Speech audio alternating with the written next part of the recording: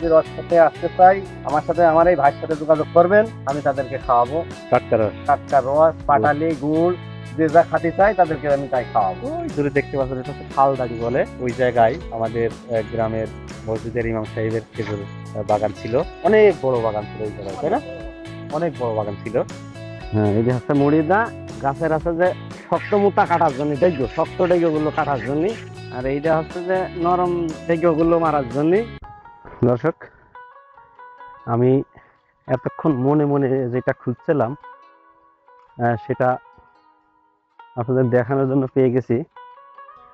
শীত অলরেডি চলে এসছে, এখন শীতকাল, মানে পুরোপুরি না, এই এক সপ্তাহ যাবৎ শীত শুরু হয়েছে। তো এই শীতকাল মানেই আমাদের এই যে যশোরের খেজুরের রস, খেজুরের গুড় বিখ্যাত। আজকে আমি আপনাদেরকে দেখাবো খেজুরের গাছ কিভাবে উঠানো হয়, অর্থাৎ আমাদের এদিকে বলে, স্থানীয় ভাষায় বলে খেজুরের গাছ তোলা। হ্যাঁ, গাছ তোলা। আমি এখন একটি খেজুর বাগানে এসেছি, আমারই প্রতিবেশী ছোট ভাই আবুল কালাম, সবাই কালাম বলেই ডাকে। কালাম এখন আর তা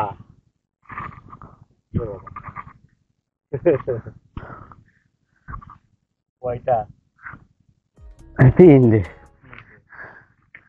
তাই একটু ধার দিয়ে নেবে, দেখুন কিভাবে। এটা কি দা বলে? এই যে মুড়িদা, মুড়িদা, এই যে কুপায় মোটাটা কুপাতি হয় সেই দা। মানে গাছের এই শক্ত শক্ত গুলার মোটা। শক্ত গুলার মোটা বলে।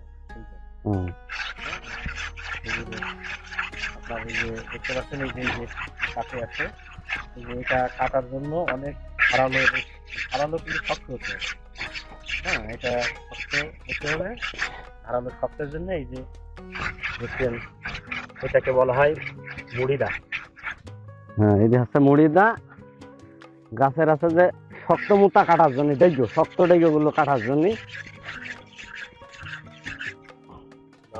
আর এইটা হচ্ছে যে নরম ডেগো গুলো মারার জন্য। নরম ডেগো বলতে নরম, ওই যে হ্যাঁ, একটু শক্ত তাও মুড়িদা দিয়ে মারি, আর এই তারপরে একটু নরমে চলে গেলে এই যে এইটা দিয়ে মারি। আবুল কালাম। আর কয়দিন লাগবে রস হতে? সপ্তাহখানিক পরেই বের হবে না। ফুলফিল রস হওয়ার জন্য কয়দিন সময় লাগে? মাসখানিক পরে সব রস হবে, কিন্তু পুরোপুরি আপনার যে বেশি বেশি রস একটা কলস, এক কলস ভরে যাবে, ওটা মিনিমাম ওইটা হবে মাঘ মাসের দিকে। এক কলসে তা তো 5 লিটার তো হয়। 5 লিটার হয়, 5 লিটার হয়। তো আজকে আমি সময় লেট করবো না, যেহেতু সন্ধ্যা লেগে যাচ্ছে, আপনাদেরকে দেখাবো কিভাবে এই গাছ উঠানো হয়। তো কালাম নিয়ে রেডি। দর্শক দেখছেন, কালামের পিছনে বাধা আছে, এটাকে বলা হয় কি কালাম? ঠুঙি। এটাকে ঠুঙি। ঠুঙির ভিতরে তার এই যে দাগুলো রাখে,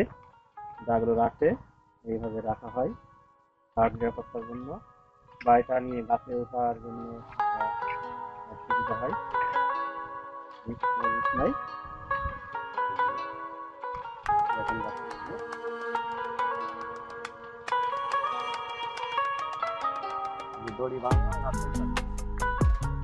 গাছেটার জন্য দড়ি দিয়ে বেঁধে নিল।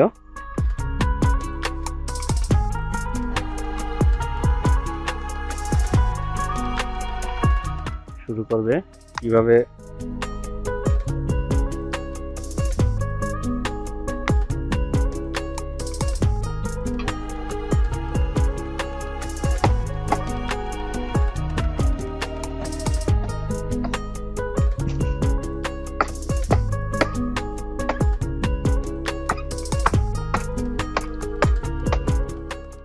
দেখুন।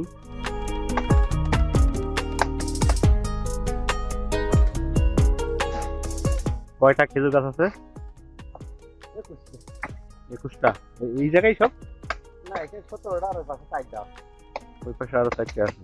আমার এলাকায়, যশোর এলাকায় কিছু কিছু জায়গা আছে যেখানে ভেজাল গুড় তৈরি হয়, অর্থাৎ আপনার রসের ভিতরে চিনি মিশায়, তো আমার গ্রামে আমি কখনো শুনি নাই যে অমুক চাচা, অমুক ভাই, অমুক ভাইপো আমাদের এলাকায় কেউ করে না। উম, এসে যে রসের ভিতরে বা গুড়ি চিনি মিশাইছে, এরকম কোনো রেকর্ড নাই। আমাদের গুড় বাড়ির পাশেই বিক্রি হয়ে যায় বেশি। হ্যাঁ হ্যাঁ হ্যাঁ, আমাদের এই যে কালাম বলছে যে ওর গুড় বাড়ির পাট থেকেই সব বিক্রয় হয়ে যাবে, বাড়ির বা- পাশেই বিক্রি হয়, বাজারে নেওয়া লাগে না। যদি আপনারা চান তাহলে আমি আপনাদেরকে কালামের সাথে যোগাযোগ করে দিতে পারি।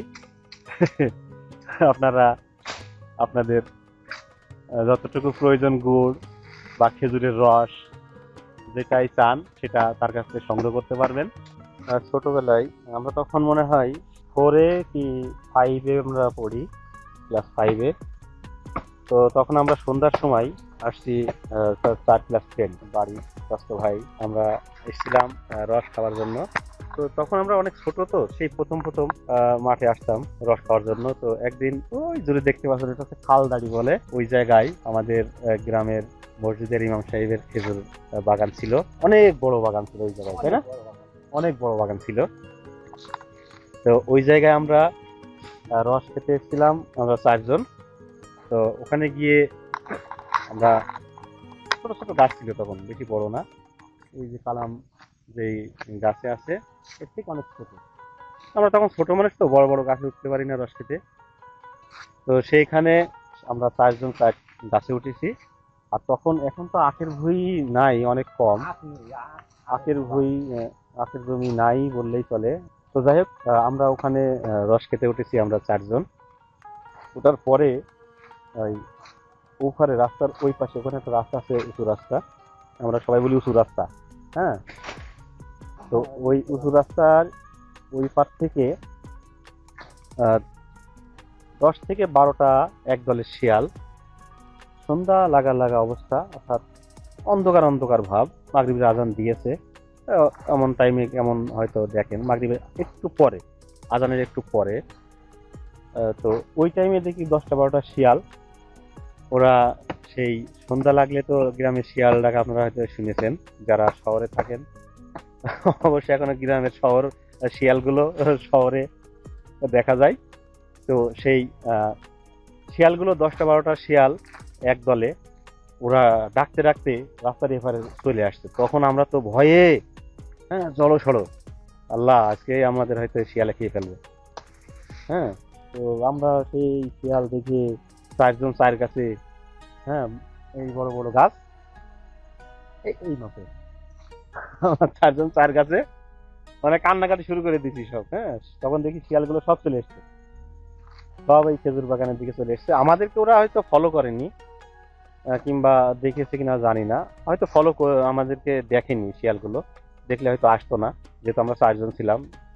শিয়াল অনেক চালাক হলে ওরা অনেক ভীতু। হ্যাঁ, মানুষ দেখলে ওরা দৌড় মারে। কিন্তু অবশ্যই এখনকার শিয়ালগুলো শহরে তো দেখি, আমি এখানে দাঁড়িয়ে আছি, শিয়াল পাশে দাঁড়িয়ে তাকিয়ে আছে আমার দিকে।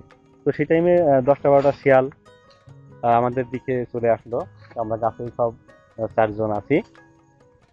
তো শিয়ালগুলো আস্তে আস্তে খেজুর বাগান থেকে ডাকতে ডাকতে ওরা দল ধরে দেখে সামনের দিকে এগোচ্ছে। সামনের দিকে এগিয়ে এদিকে চলে আসলো। এই যে ওই খালদাড়ি যেটা বললো কালাম, খালদাড়ির ওই খেজুর বাগান থেকে ওরা এই গ্রামের দিকে, অর্থাৎ এদিকে আখের জমি ছিল, এদিকে চলে আসলো। তখন আমরা কেউ কারোর সাথে কথা বলতে সাহস পাচ্ছি না, চুপ করে সবাই 4 জন 4 গাছে বসে আছি।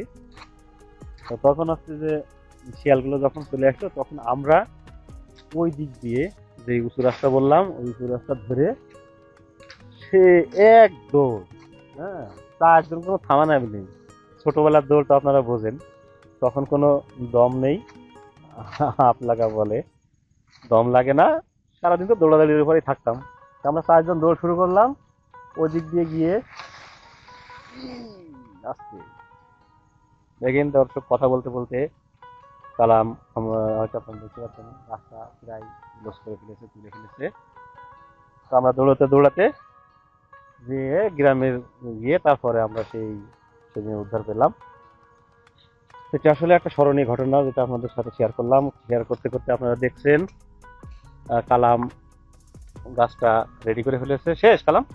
দর্শক ভাইরা, আপনারা রস সাথে খালি আমার সাথে যোগাযোগ করবেন।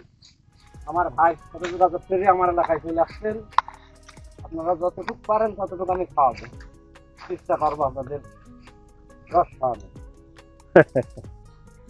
শুনলেন দর্শক, আপনাদের রস খাওয়ার ইচ্ছা হলেই চলে আসবেন। শুধু রস না, রস খাওয়াবো, পাটালিও খাওয়াবো।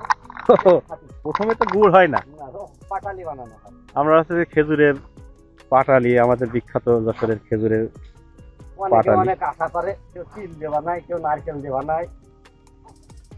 পাটালি গুলো পানিও দিয়ে অনেকেরই। নতুন যে রস হবে এই রস দিয়েই প্রথমে যেই পাটালিটা বানানো হয় এটা অনেক সুস্বাদু, অনেক সুস্বাদু পাটালি।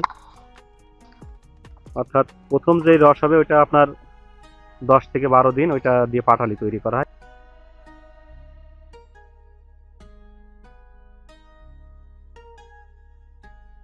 এই যে খেজুর গাছ রেডি।